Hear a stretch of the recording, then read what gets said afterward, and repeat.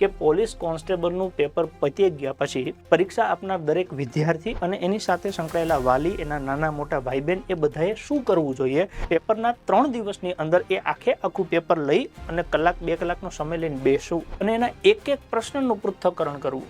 કે માની લો કે રિઝનિંગમાં મારી પાસે જે પેપર છે એ બી સિરીઝનું પેપર છે, તો એમાં પહેલા જ 5 પ્રશ્ન છે તો કે એ આપણે મેટ્રિક્સના છે, 2 કોઠા ઉપરથી જવાબ લખવાનું. તો શું તમને એ આવડતું હતું? હા કે ના? મતલબ કે તમે પરીક્ષા દેવા ગયા તો એની પહેલા ટોપિક કરીને ગયા હતા. જો તમે હા કરીને ગયા હોય તો બીજો પ્રશ્ન તમારા કેટલા સાચા પડ્યા? 5 તો ડન છે. તૈયાર કરીને ગયા હતા તેમ છતાં ખોટું પડ્યું, ઓકે, તો શું કરવા? ભૂલ શું થઈ? લખો બાજુમાં. આવી રીતે તમે એક પ્રશ્નનું એનાલિસિસ કરશો ને તો તમને કયા વિષયના કયા ટોપિકમાં તકલીફ છે એ સમજાઈ જાય. ઘણા લોકો એવું કહે છે કે મારા ગણિતમાં બહુ ખોટા પડ્યા, મારે રિઝનિંગમાં બહુ ખોટા પડ્યા.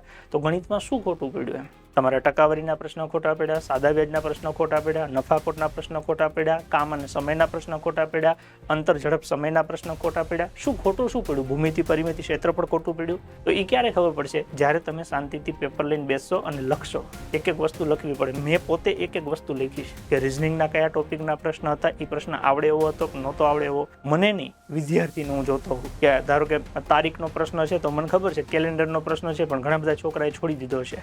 એ છોકરાએ છોડી દીધા છે. ઓલમોસ્ટ જે છોકરાઓની રેન્જ નહીં હોય પાસ થવાની એ જ હશે. બાકી પાસ થવાની રેન્જવાળા છોકરા છે તો એની એ પ્રશ્નમાં રવિવાર જવાબ લઈ જ દીધો હશે. બરાબર. પાસાનો પ્રશ્ન છે તો પાસા જેને વ્યવસ્થિત તૈયાર કર્યા છે, જે 12,000માં આવવાવાળા છે, એ છોકરાએ તો જવાબ લઈ જ દીધેલો છે. તો તમારી રેન્જ તમારે ચેક કરવા માટે, તમારે મંથન કરવા માટે શાંતિથી થોડોક સમય લઈને બેસવું પડશે. એમાં વિદ્યાર્થી એકલા નથી બેસવાનું, એની સાથે જો પરિવારના કોઈ સભ્યો હોય તો એને બેસવું.